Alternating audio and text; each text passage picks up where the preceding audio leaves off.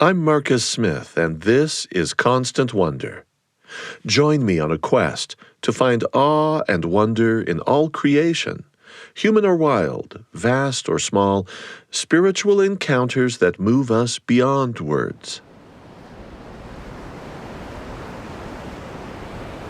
Danielle Chapman can remember herself as a 3-year-old watching from an Okinawa beach as her father drowned, looking on as her mother was rescued by helicopter, and she, not much more than a toddler, sitting through it all helplessly.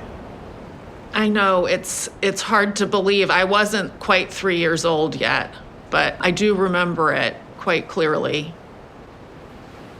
He was a Marine stationed in Okinawa, and he and my mother regularly went scuba diving at the beach that was near our house, and a small earthquake caused a small tsunami, and they were trapped. And my mother was with him, and she almost died as well, but she was eventually rescued by a helicopter, a SWAT team, and had hypothermia and shock. The first chapter of my book is about the story that she would tell me as a child about her surviving when my father died. Today, the grown-up Danielle Chapman is a poet, a nonfiction writer, and a lecturer in English at Yale University. In 2023, she had a memoir released. It's titled Holler, A Poet Among Patriots. Danielle's husband, Christian Wiman, is also a poet and likewise teaches at Yale University in the Divinity School. His most recent book is titled Zero at the Bone, 50 Entries Against Despair. If that title sounds fraught, well, it's because Christian has his own traumatic story of survival to tell. Just months after marriage came a medical diagnosis for him. You have a rare, incurable type of blood cancer. Dealt this kind of a blow, how do you move ahead with career and family? How do you nurture seeds of faith, joy, awe, fulfillment, and life purpose? Yeah, well, that was 19 years ago when I got diagnosed, and I've had 12 treatments since then. And that means 12 times when the cancer was out of control. And so I've gone through all of the standard treatments that are out there and then gone into experimental treatments. And the last 3 have all been drugs that came on the market right when I needed them. 2 of them were pills, and that was great. I was able to just take them in the morning, and I had gotten very sick, and then they worked.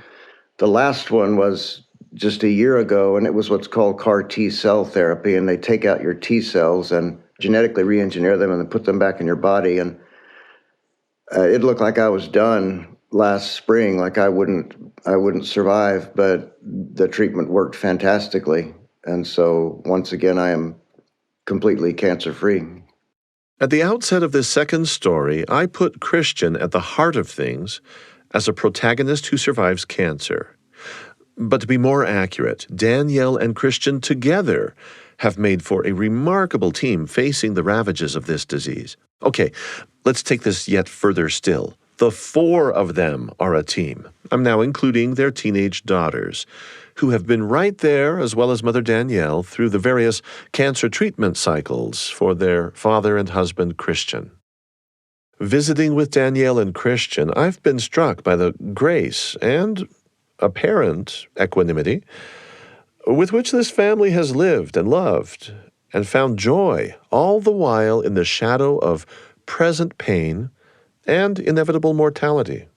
It was paradoxically a time of great joy when in those first months, I mean, you can have joy amidst great suffering, and we were suffering terribly, and we weren't happy, obviously. But one of the paradoxes of joy, and I think one of its surest warrants to being involved with God, is that we experience it during periods of great suffering. You can experience it during the periods of worst suffering, actually, when happiness is completely impossible. And so we did experience joy together in that time.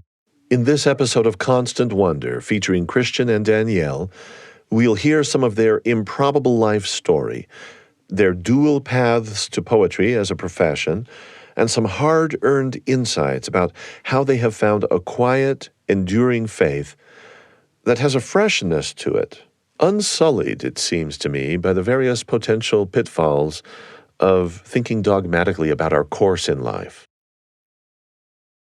After her father's tragic drowning, Danielle Chapman's mother looked to her in-laws back in Virginia for help. And that's where Danielle and her mother moved to start putting their lives back together. Was that pain of your father's death, that trauma, was that central to your childhood? I mean, in this new place, under these traumatic circumstances, did your family talk about what you were all going through? In many ways, it was a secret throughout my childhood, both the fact that I remembered it, but also it was so painful for my family members to talk about his death that he really was not ever discussed. And so for me, that process of feeling pain was very delayed and probably has something to do with me being a writer. The habit of observation serves as a kind of mediation between yourself and what you feel. So I understand that your mother came out of that horrible experience of losing her husband while scuba diving, a significantly changed person, and that you would now describe her as a bit, well, intense in some ways. And this goes back to some details of her experience, or at least might partially come from her experience, during her rescue from the earthquake, the tsunami. Yeah, I think that, well, what happened was that in the water, she really had a conversion experience. I mean, she had grown up Baptist, but she and my father didn't attend church. And so in the waves, she had an experience of being buoyed up by a light, and the Baptist hymns from childhood came back to her while she was treading water. So that was part of this story that she would tell me, which in the book I describe as a poem. I think as far as my mother's personality, she's very fun-loving. She's very, in a lot of ways, kind of mellow. And this intensity at the center of her, I think I experienced it as something that I had to reckon with. And it also suffused our life, which was somewhat quiet, with this memory of electricity. And I think that probably created in me a kind of seeking mentality. While Danielle Chapman was growing up in this new family configuration with the support of grandparents, 1,300 miles away in West Texas, a scrappy boy named Christian Wiman was getting his own bearings on life. My father sold Bibles and vacuum cleaners and drove a bus for a while, and we moved around, but it was always in Texas. Then he decided to go to medical school when I was a kid, and when that was done, we went back to Snyder, the little town where he and my mother were both from, and he started a private family practice there. I moved around an awful lot as an adult. In fact, at one point I moved 40 times in 15 years. But for the first 17 years of my life, I was always in Texas. And for, I guess, 9 of those years in that little town of Snyder. The town itself is a small town, about 10,000 people. When I was there, it was sustained by oil, and everybody I knew worked at some time in the oil fields. I think it's dried up like a lot of small towns. The last time I was there, it seemed very poor. It's a hideously ugly place, but it has an austere beauty if you get used to it. I mean, it's scrub desert, but it's not high desert, so it's kind of a brutal environment. We got just terrible sandstorms that would darken the sky, and I've actually been in sandstorms that were so severe that they would actually bring blood on your skin. The sand was whipping so hard. And when you weren't contending with sandstorms, I'm guessing you probably kept a watchful eye for other hazards around, down in the grass maybe. Snyder is a region with lots and lots of snakes, and you've written about these, including rattlesnakes. Yeah, and I was fascinated with snakes when I was a kid. We would catch them all the time, and I describe in one essay I worked in an oil field construction job, and at one point we were clearing out this huge tank, and all of these snakes were left at the bottom in the mud. Our job was to wade in with waders and get rid of the snakes and other stuff too. And also the people used to kill them and lay them out on the site so that there was just a line of different kinds of snakes that had been killed. I don't know why the urge to just kill them. I've lost that urge. But at the time, that seemed like that was what we did. And so I had a lot of interactions with snakes when I was a kid, and my father actually lost half of his foot to a rattlesnake. I was an adult by then, but he got locked out of his house and couldn't get back in and was climbing through a window, and a baby rattlesnake bit him, which was in the bushes, and that's actually much worse than an adult rattlesnake because a baby will give you every bit of the venom it has, whereas an adult rattlesnake knows to hoard some of it. So yeah, he lost half of his foot and almost his life. So you weren't exactly born in the Garden of Eden, which, as I understand it, had only one serpent, but this sounds like it could be the original country of exile, just outside the Garden of Eden. Thorns, thistles, sweat, dust. Was there any beauty there? Anything soft or mild or welcoming about what I would imagine is a very uninviting kind of country? Sure there was. It was filled with innocent moments. I mean, there were a lot of, even the snakes, experiences mixed. There's the danger of snakes, of rattlesnakes, but they are wondrous creatures and beautiful creatures. I mean, I was just fascinated with them when I was a kid, and I still am. If we see a snake, I just want to stay there and watch it as long as I can. I find them just fascinating. But one of the reasons I love Terrence Malick's film Tree of Life so much is because it's set in Central Texas. I was further west, but he just captures the kind of wonder that's available, especially in childhood, when time is just gone and the natural world is so permeable, and you're so permeable that you can sort of experience it as if your consciousness doesn't separate you from it. And so there was a lot of that when I was growing up. In Texas, we just ran around in the fields and in the scrub and were very much at one with the world. So even if Snyder, Texas wasn't a copy of the Garden of Eden, this teenager, Christian Wiman, was still about to experience an expulsion, and his father's chaotic behavior was the source of this disruption. My father was a very tempestuous man, and he was always doing one thing or another. He was wrecking cars, and when he got some money, he learned to fly and got one small airplane after another, and he wrecked those too. And so he was kind of a wild figure in my life. And then he left when I was 15 or so, and everything sort of dissolved. My mother moved away from Snyder. My siblings we all went different ways. And so Texas became very much a kind of imaginary place for me. I haven't lived there in many years. It's a place, like when I think of home, that's what I think of, is that landscape.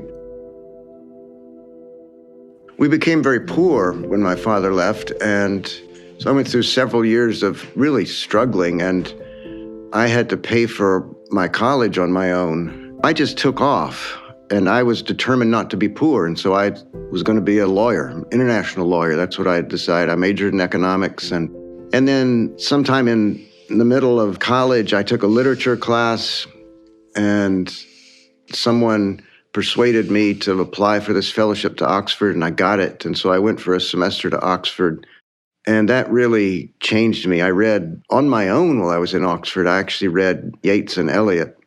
It really blew me wide open. I didn't really understand what I was reading, but I wanted to make these sounds. The sounds and the forms were just so seductive to me. From that time, I was pretty much set. I gave up on my economics degree, and I decided I was going to be a poet. Nothing in Christian's younger life had prepared him for this path. Well, almost nothing. I published a poem when I think it was 8 years old, maybe it's 7. It was when my father was in medical school, and we were living outside of Dallas, and we went to First Baptist Church of Dallas, which was the largest Baptist church in the world. And when they had the altar call for people to come down and get saved at the end of the service, I went down there, but instead of getting saved, I gave the minister, whose name was W.A. Criswell, a poem. And I don't have any memory of writing the poem. The poem was, "I love the Lord and he loves me. I will not forget, and neither will he." Like I say, I don't have a memory of writing the poem. I only know that it exists because he published it in the Southern Baptist Newsletter. And all I did was give him the poem and run back up the aisle. And then it came out in the newsletter. I didn't know that I was writing a poem, and there certainly weren't any books of poetry in my life. No one ever quoted a poem or anything when I was growing up. So I expect I was just imitating the hymns that I heard. To become a poet, Christian soon found out, is easier said than done. I had to learn what a poem was. I thought a poem was you had an idea and you sat down and found some pretty words for it. But a poem has to go in a direction that you don't know. As Frost says, no surprise for the writer, no surprise for the reader. It has to take a swerve in some direction you don't know, or it's going to be a boring poem. And I eventually had to learn to let my inner life be affected by that creative urge. And that took some years. When I left college, I realized I hadn't really read very well in college, so I just decided to read everything again that I had read, and I would set myself 5 hours a day of reading. I did that for years, where I would just try to form myself as a reader. I was way behind, and try to give myself time to write poetry. I did a lot of different things. I was a tennis player, so I taught tennis at a club in New York for a while, and I worked in law offices. I went down to Mexico, worked briefly as a translator. I did all kinds of things. The goal was just to figure out how to be a poet. I mean, now when I think about it, if one of my kids was doing that, I would just be horrified. But at the time, I didn't have anybody to be horrified by what I was doing. And I didn't know any better, and I got lucky with some breaks. After years of traveling and figuring out how to write, Christian won a prestigious Wallace Stegner Fellowship. That was in 1992. And with that momentum, he was publishing poetry and teaching gigs at this university and that. By 2003, he was working as a professor at Northwestern University in the Chicago area, when he learned that Poetry Magazine, also based in the Windy City, was looking for somebody to step in as editor, and he jumped at the chance. But it's just about time now to catch up on the parallel story, that of Danielle's road to poetry. And in telling that tale, we're going to bring the two of them together for the first time in Chicago. When we left off with her, she was a child growing up in Virginia, spending summers in rural Tennessee. When we catch up with her, she'll be 21, enjoying life as a single college student in New York City, and about to have a profound, life-changing experience that will provide her with an enduring compass for her engagement with poetry. I'm Marcus Smith, and you're listening to Constant Wonder. Christian Wiman, as we have seen, kind of crashed into poetry unexpectedly while taking a random lit class as he was majoring in economics. Danielle Chapman's path to poetry was more gradual, also more mystical. I definitely did not plan it. However, there was kind of this assumption throughout my grade school years that I was a poet. I think I would just write little things for the school contests. That kind of accompanied me all the way through college in a sort of A student kind of way. My idea of a poem was you have a brilliant idea and you sit down and you make good on it.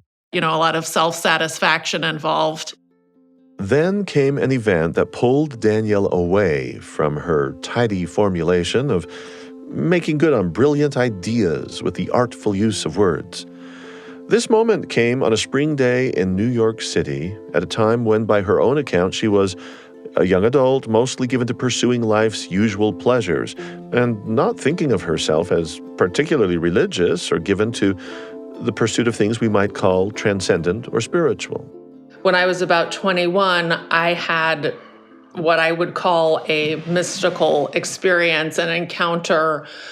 I hesitate to use the word vision because that sounds pretentious, but it was an experience that sort of unfolded over time. Really, an experience, I think, of God's love entering the world from the outside is what it felt like. And this was also my first experience of hearing a poem or being inspired by a poem in a way that seemed to come to me spontaneously. Now, these inner things are almost, well, they are impossible because they're inner. They're impossible to put words on. But what was happening around you? Because during that experience, you were still in the world. You were walking down streets. You were seeing stuff. It was spring. The world was coming to life all around me and separate from me. What I realized kind of as a revelation was that this world that I lived in had an independent existence. And the revelation was the beauty of that and the infinitude and infinite variety of life that surrounded me. It was almost as if I had not realized that spring existed before that. I think I was very myopic and self-centered and consumed in my own self-consciousness. And so it was a breaking out into an existence that was bigger than myself. I would say what it was a kind of vision of God's love spread out over several different experiences. And it was incredibly powerful and layered. It included many different sensations of what that means. And is this poem, is it an attempt to somehow capture the experience, to make it transmissible, translatable for other people? Definitely. Much of what is in poetry is that.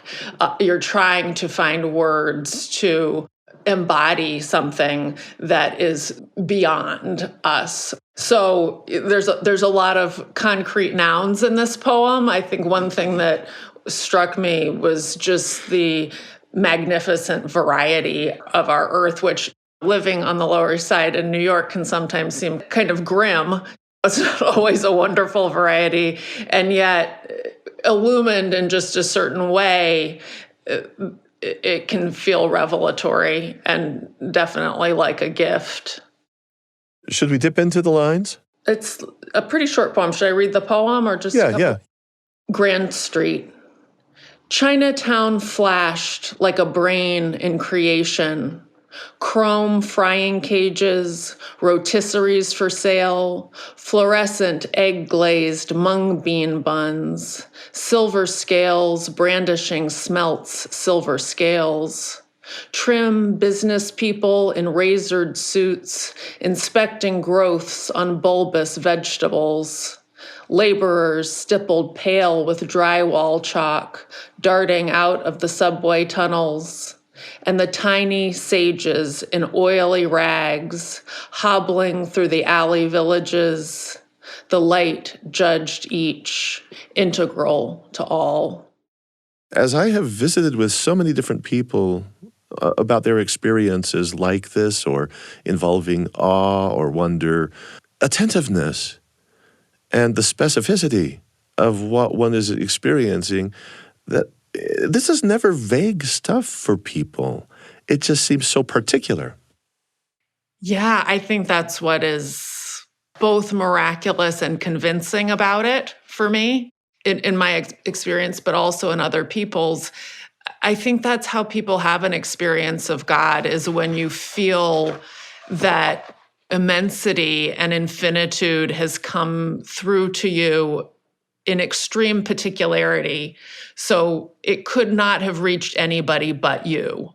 And yet many people experience that. That seems a sort of, the verse is, his eye is on the sparrow. That idea, but experiencing it in a way that only your particular being could. Somebody with your experiences, with your brain chemistry, the feeling that kind of God has found you. Oftentimes when people use the word revelation, they're talking about maybe a message coming. Is that unfair to you to say that there was something said to you?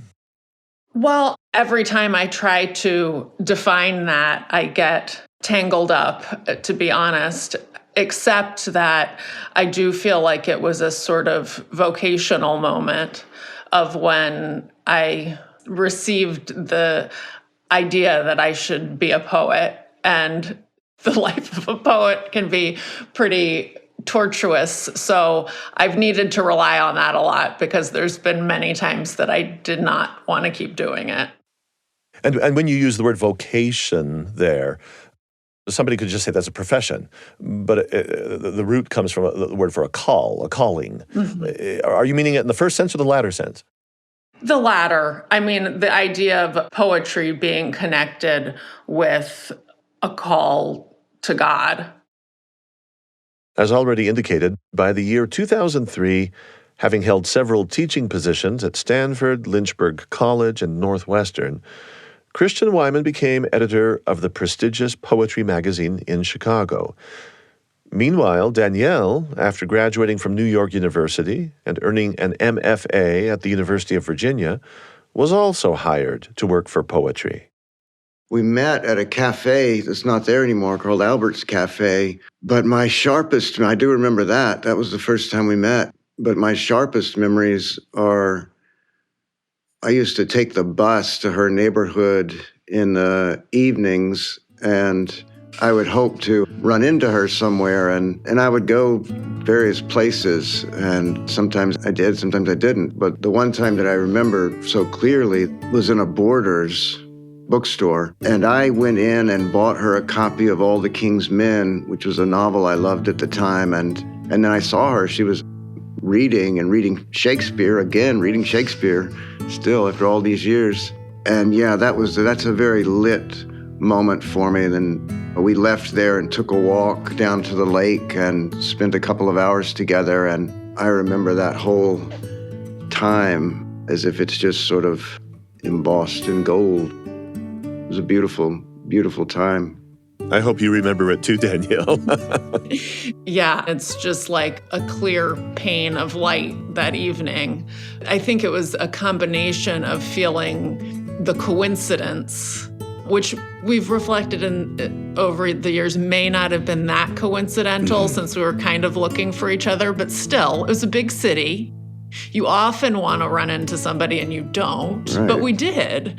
You know, just the intensity of when I was reading that Shakespeare, I had my hands in my hair and I was all distressed because I was thinking about him. I couldn't think about anything else. And then here he arrives and says, "Oh, here's this book. I was getting it for you." And, you know, at that moment, all the other noise just stopped and I felt like I stepped into, well, my destiny. We had an exciting time. Those years, our life was just very exciting because I had an apartment right downtown Chicago, and Poetry Magazine had just gotten $200 million, and the whole place was overturning and becoming something different. And it was like we were at the center of everything. We got to experience all these different people and events in Chicago, and we were just coming to know each other. And so that whole time it was really fun, stressful. The job was stressful, but it was really wonderful. Danielle, looking back now to your unforgettable epiphany, that springtime in New York City, that was so very central to who you became. And now here you are, two poets falling in love. Did you bring that occurrence up? Did you, with any fears about being understood, misunderstood? I think when I told him, I had never told anybody, and it had happened about 5 years before we met. I must have just sensed that he would be able to understand, and if somebody who I loved couldn't understand, then that would be a problem. Because I think I sensed on some level that it was at the core of who I was, even though it was essentially a secret. In 2005, Danielle and Christian married, clearly with a sense of moving forward with something that perhaps was too good to be true and yet meant to be. Danielle's the one who used the word destiny. But moving forward in life would quickly turn out to be far from easy or simple for them. Cancer will do that to people.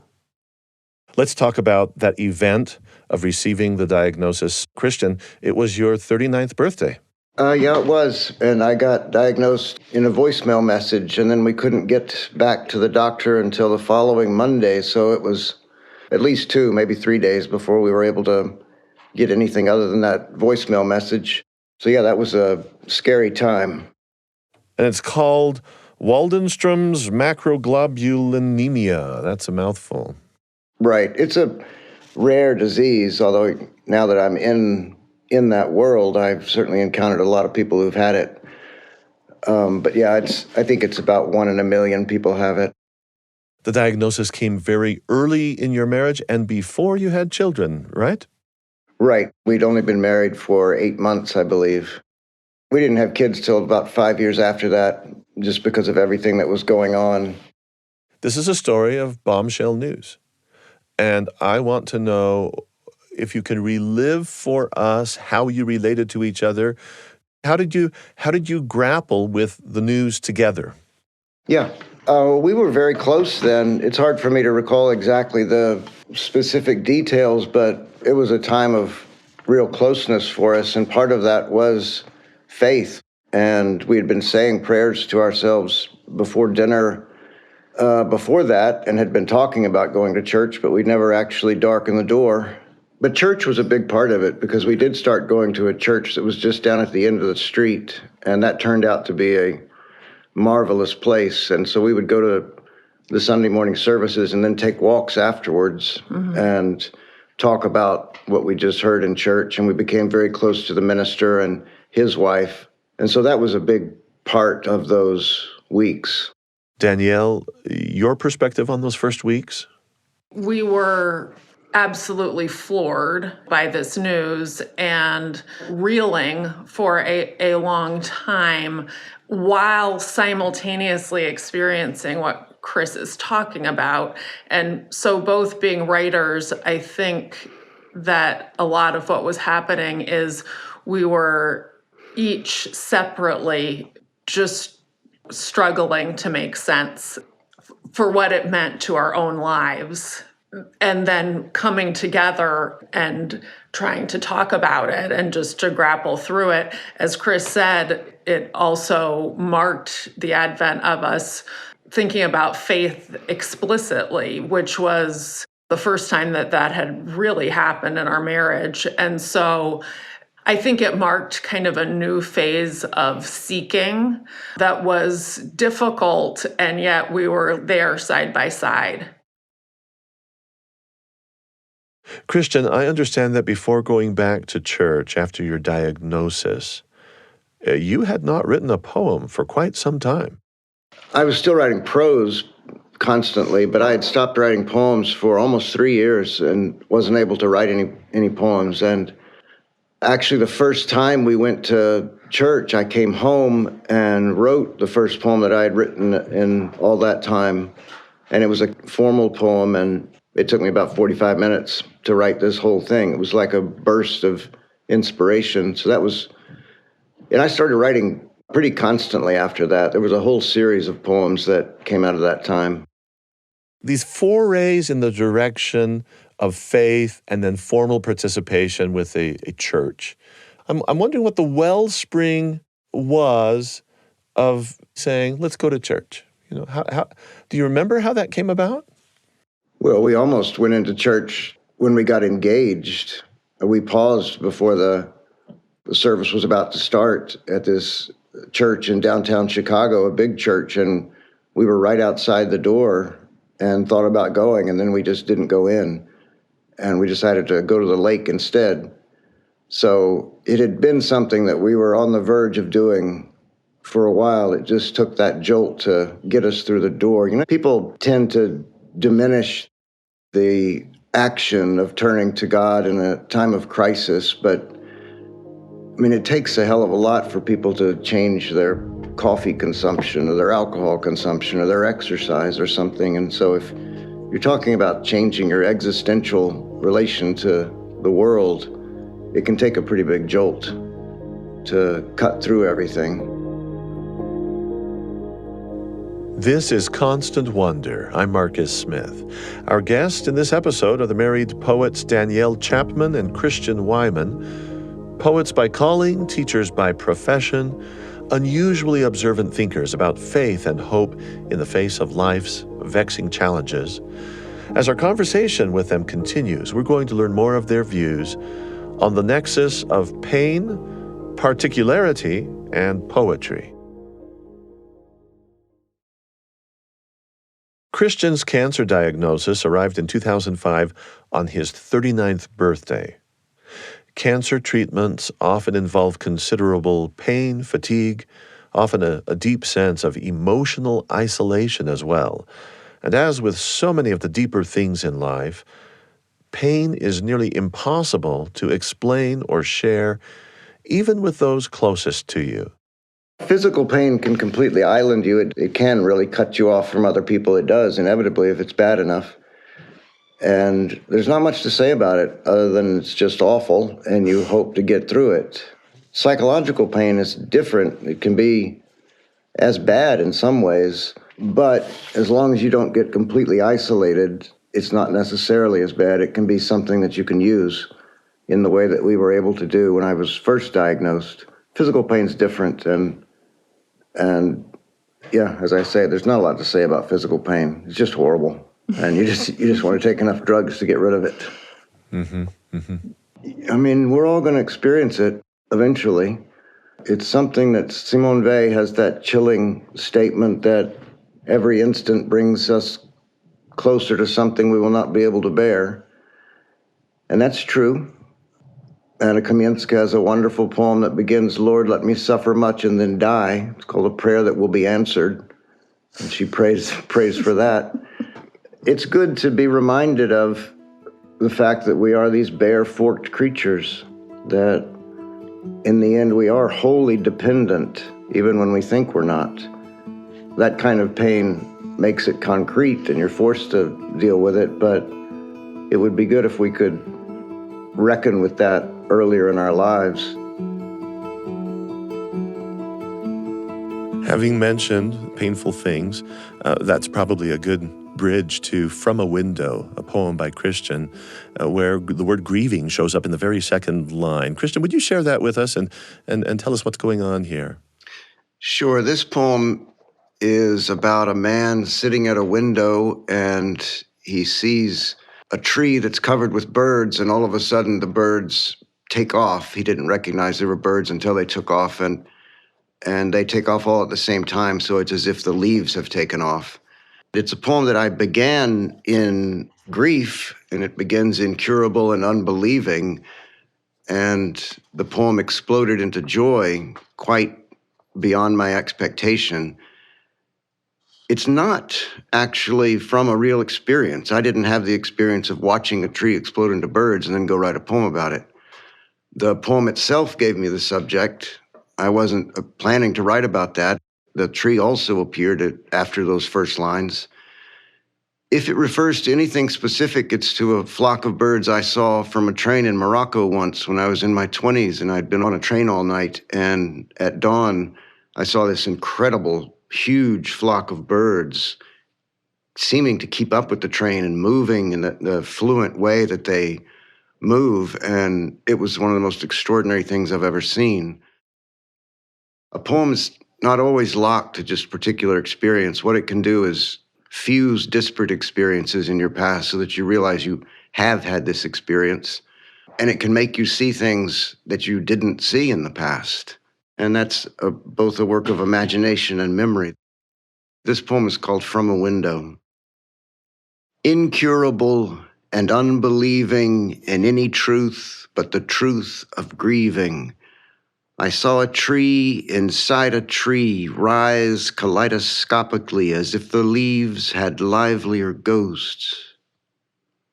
I pressed my face as close to the pain as I could get to watch that fitful, fluent spirit that seemed a single being, undefined, or countless beings of one mind, haul its strange cohesion beyond the limits of my vision, over the house, heavenwards.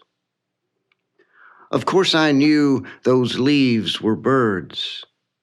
Of course, that old tree stood exactly as it had and would, but why should it seem fuller now? And though a man's mind might endow even a tree with some excess of life to which a man seems witness, that life is not the life of men. And that is where the joy came in. I love the line, beyond the limits of my vision. Within the poem's context, you're just describing that the birds flew out of sight. But there's something much more there. Right, and the next line is an over the house heavenwards. So the gesture of the poem is actually towards an experience far beyond simply the reality that we start with. And I think an experience of joy can open us into dimensions of experience that we weren't aware of. It's one of the reasons an experience of joy can actually leave us upset or disabled in some way afterwards, because joy asks something of us. It asks something afterwards. It asks us to change in some way. Jürgen Moltmann, the Protestant theologian, once said that compassion is the other side of the living joy. If we feel joy, it should lead us to wonder why other people don't experience joy, or what we need to do to enable joy in the lives of other people. Richard Wilbur has a great poem where he looks at a brook or a creek, and at the end he says, joy's trick is to supply dry lips with what can cool and slake, leaving them dumbstruck also with an ache nothing can satisfy. We have this experience of joy that is at once complete fulfillment, but then it awakes us to an ache for something else.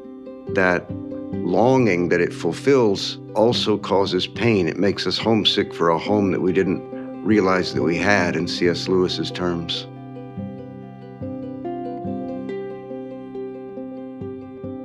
Let's talk children now. The twins, a chapter in your life that came after the diagnosis. And maybe, Danielle, you could talk about becoming parents given this health situation, the cancer. So I guess it was approximately 5 years later, and Chris had been through one treatment that had been successful.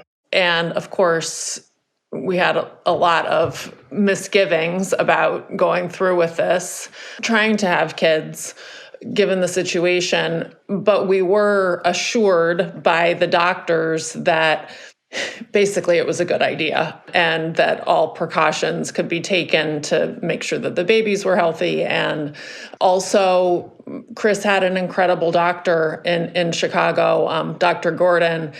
He was a very calm presence, a calming presence. Chris said he was so calm that he could walk in with an axe in his head and he wouldn't really seem to notice. But he encouraged us to get pregnant, given the fact that the drugs that were coming out for lymphoma were so promising. And he basically had hope. It seems kind of unbelievable and almost prophetic or something now, but he had hope that what has happened would happen.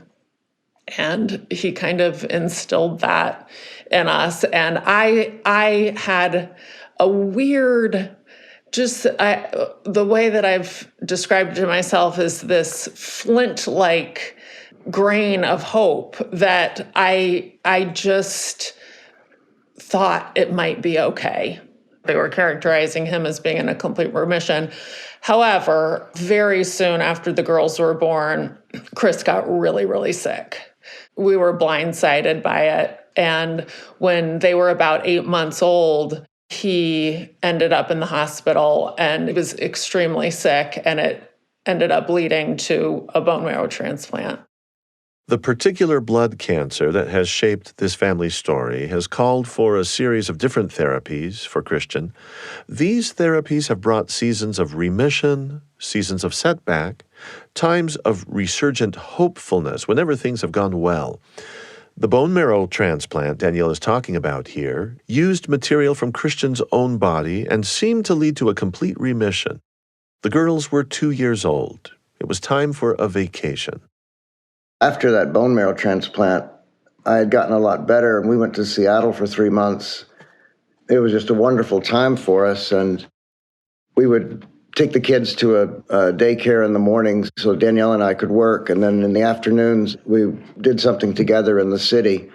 Then at night we had our little ritual that we always did, and I would tell the girls I love you before I left the room, and Danielle took over, and they would always say I love you too, Daddy, and we have this whole thing we go through. But this one night I told Fiona I love you, and she didn't say anything back, and she was just 2 years old, and I didn't know what to do, but foolishly I said, well, do you love me, Fiona? And she said, no, Daddy, I guess I don't. And I just didn't know, I didn't know what to do. Not like you can reprimand a 2-year-old or anything. And so I said, well, I love you, Fiona, and I'll see you in the morning. And then as I was leaving, she stuck her little hand on me and she said, Daddy, I will love you in the summertime. I will love you in the summertime, Daddy. Just like that. And people have told me that, they find that sad, but I was really proud of her. I mean, I thought that was an incredible thing for a 2-year-old to say. It's just so piercing and poetic. And so I eventually wrote a poem that had that phrase in it, I will love you in the summertime, and that whole essay around it. What I say in the essay that I interpreted as I will love you when the time is no more. I mean, we were actually in the summertime, so it could have been a statement of present tense, I will love you now. But yeah, the way I interpreted it in that essay was as a kind of promise of futurity and eternity.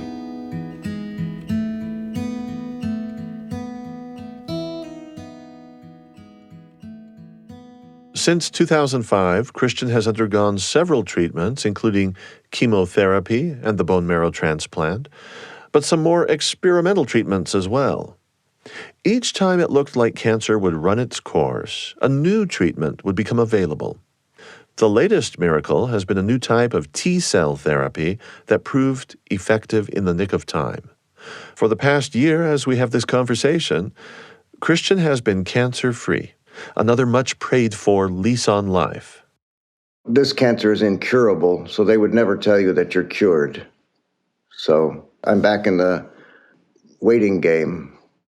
Is there a way to describe how you have woven your practice of poetry into this cancer story, or how these two things reflect on each other today? Well, I've always found poetry and faith to be analogous in that it's not something I can deliberately plan for or do, that all you can do is try to maintain some sort of condition of readiness wherein it might happen. I find poetry as much of a mystery now, probably more of a mystery now than I did when I was 21 years old, in terms of how they get written, where they come from, how they end up getting finished. It's not unrelated to the will. Your will has to keep you focused somehow and keep you conscious, but you cannot will whatever it is that happens to make a poem. And you can't will whatever it is that happens when you have a sense that God is real and in your life. I wouldn't have any faith were it not for poems. Poems first showed me that there was something other that needed to move through me in order to be some particular vision of the world that was only my vision, which I think happens to everyone. I think every single person alive is a unique expression of God and is meant to be a particular vision of God, whatever they do in their life and whatever they're meant to do. Going back to the initial diagnosis, Christian, here's a passage from an essay you wrote in 2007 about Sunday walks with Danielle after getting that bombshell news. You wrote this: "What I remember of that Sunday, though, and of the Sundays that immediately followed, is less the services themselves than the walks we took afterwards, and less the specifics of the conversations we had about God, always about God, than the moments of silent and what felt like sacred attentiveness those conversations led to. An iron sky, and the lake so calm it seemed thickened, The L, for people who don't know Chicago, that's the elevated train there. The L blasting past with its rain of sparks and brief lost faces. The broad leaves and white blossoms of catalpa on our street, Gray Street. And under the tree, a seethe of something that was just barely still a bird, quick with life beyond its own. So that's the passage. And this is so crucial in my experience of you, that the abstracting of theology, philosophy, worldviews, existential thoughts, these pull both of you right into the phenomenal world, the world of things, concrete things, people, and relationships too. But the tangible, even right down to the white blossoms of the catalpa tree. I mean, any poet worth his or her salt is going to be obsessed and reverential toward the particular. We're both Christians and take the incarnation very seriously. And so that, to us, means that matter is infused with God. God is not separate from it, but very much part of matter. And that poem that I wrote when I got back from church that day, that's exactly what it was about. God being both apart from matter and a part of matter at the same time.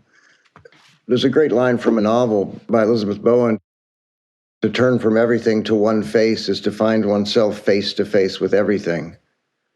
And I think that's when you love, it's not just the other person that lights up. It's as if the world lights up and everything else becomes clearer too. And so I think that's why my memory of that time is of such specific things. I can really see everything around that block in Chicago lit in just that way from that time. Uncertainty and suffering have been right at the heart of this family's story. Pain has frequently taken front and center stage. It is a remarkable soul indeed, who can still find poetic expression over and over again, affirming expression, hopeful, concrete words about times, those places, to use Christian's phrase, where the joy came in. I want to close with a reprise of some thoughts from Danielle that were heard earlier in this episode. I think that's how people have an experience of God, is when you feel that immensity and infinitude has come through to you in extreme particularity. So it could not have reached anybody but you. And yet many people experience that. That seems a sort of, the verse is, his eye is on the sparrow. That idea, but experiencing it in a way that only your particular being could. Somebody with your experiences, with your brain chemistry, the feeling that kind of God has found you. Thanks for listening to Constant Wonder. We've been speaking with Danielle Chapman and Christian Wiman, a husband and wife pair of poets who have spent 2 decades living full lives while battling a cancer that typically is incurable. Danielle is a lecturer in English at Yale University. Her memoir, released last year, is Holler, a Poet Among Patriots. Christian teaches at the Yale Divinity School. His most recent book is titled Zero at the Bone, 50 Entries Against Despair. Today's episode of Constant Wonder was produced by Eric Schultzke and Lily Jensen, with sound design by Josh Faust. I'm Marcus Smith. Constant Wonder is a production of BYU Radio.